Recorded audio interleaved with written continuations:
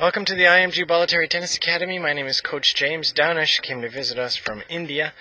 We're going to do a video analysis for him, make him a video forehand backhand serve, and show him some examples in the hopes that it'll help him become an even better tennis player.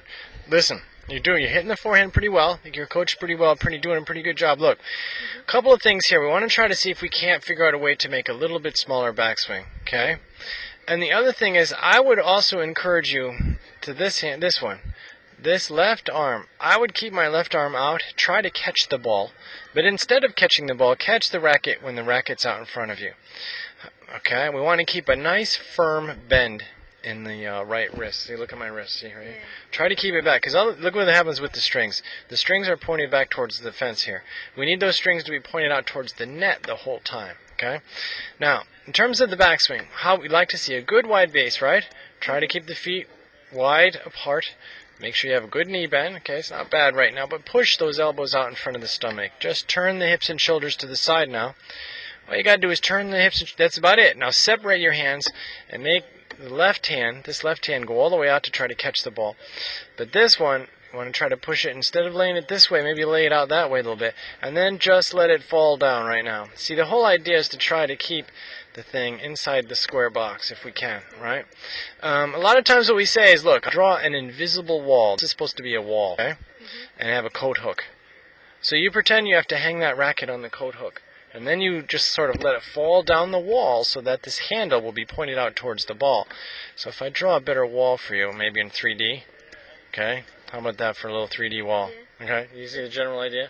All right, and that might help you try to make it a little bit smaller, because look what happens. The strings are pointed back this way, and the racket's up above your head. This just makes it a little bit harder, because now you have to bring the racket down and all the way around. It takes longer. It increases the required hand-eye coordination. This is a fed ball. You did pretty well to hit it, but I just think if we could keep it a little bit smaller, you'd be better off. Turning the hips and shoulders to the side. This is another forehand that we hit today. See, we're going to try to make that a little bit smaller.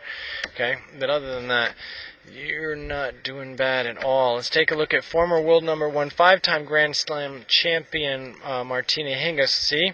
Just pushing the racket out there. Look. Now her handles, the butt cap will point out towards the net post, because, you know, it's parallel to the baseline right there. And then she goes all the way out to hit it. So that's a smaller backswing. The other thing that I mentioned in that last clip was, look at what happens when the racket passes in front of her. You see how the strings are pointed out towards the net, the hitting surface out towards the net. If I show you another one, we'll take a look at Roger Federer here. So he goes over here, makes his loop over there on the right-hand side from low to high all the way out, and he's going to catch the racket, and he's ready to go. I'll show you one more. Let's take a look at this one. Tommy Haas turns, pushes the racket out, separates the hands, the handle, see? So it's off the right-hand side. I think you'd be better off. Now let's take a look at the backhand side, but we only need to see you once right now. So as soon as the software catches up to us, alright. So on the backhand side, I thought that we have to try to focus on the balance. We got a little bit too close to this ball. We have to focus on the balance, get the balance over the ball. After you hit the ball, you're going to pivot on the front of this front foot, and the back foot comes around. But I thought there's too much emphasis on bringing this foot back.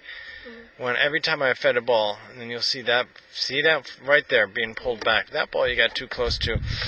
We have to try to decide, watch the arc of the ball as it's coming over the net, because either you're going to have to come in a little, there you go, right at the end there. I ran out of tape there, but look what happens. This ball is going to bounce up high on you. Yeah. So you either had to back up a little bit or move forward a little bit and take it on the rise. Okay, so the two things you want to focus on this side is trying to make these arms go a little bit straighter and hit all the way out through. And this foot, you want to pivot on the front of the front foot there, and this back foot should come around over here after you're done hitting the ball. But even though I'm going to run out of tape, you see you're about to pull that right foot back, right? So let's make sure we focus on that and bring up my favorite models. Andre Agassi, two-handed backhand. Okay, he relaxes his arms and keeps a small backswing, pushes the elbows out, gets the body weight over the ball, steps in. The handle comes out towards the ball, and he drives all the way out through. Look at his arms go straighter, and then the back foot comes all the way around there, so he's ready to go for his next shot. I'll also show you a very good topspin example. This one is Nadal. Yeah, but he's a lefty. Yep. Computer can flip him, make him a right-handed player. It does a little software trick there. So we just made the reverse image. We're going to take a look at this. I'm going to speed it up and slow it down right in here. He gets under the ball, hits off the left side of the body, takes it a little bit earlier, and then he goes all the way out, all the way up. Okay?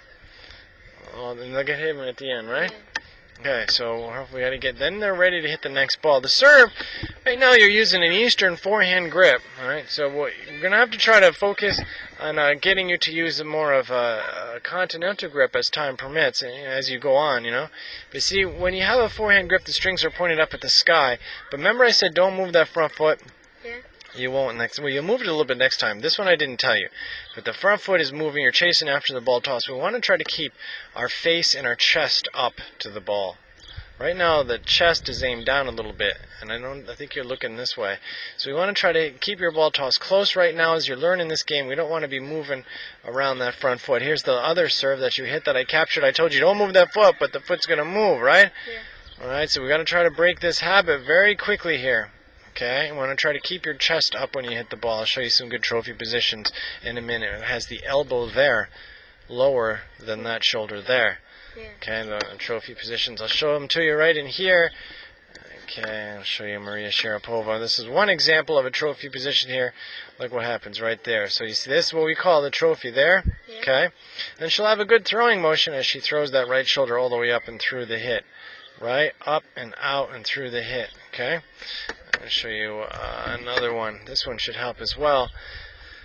Pete Sampras, one of the best servers ever, I believe. And look, take a look at this. Look, see how his face and his chest up, so he uncoils all the way up into the ball here.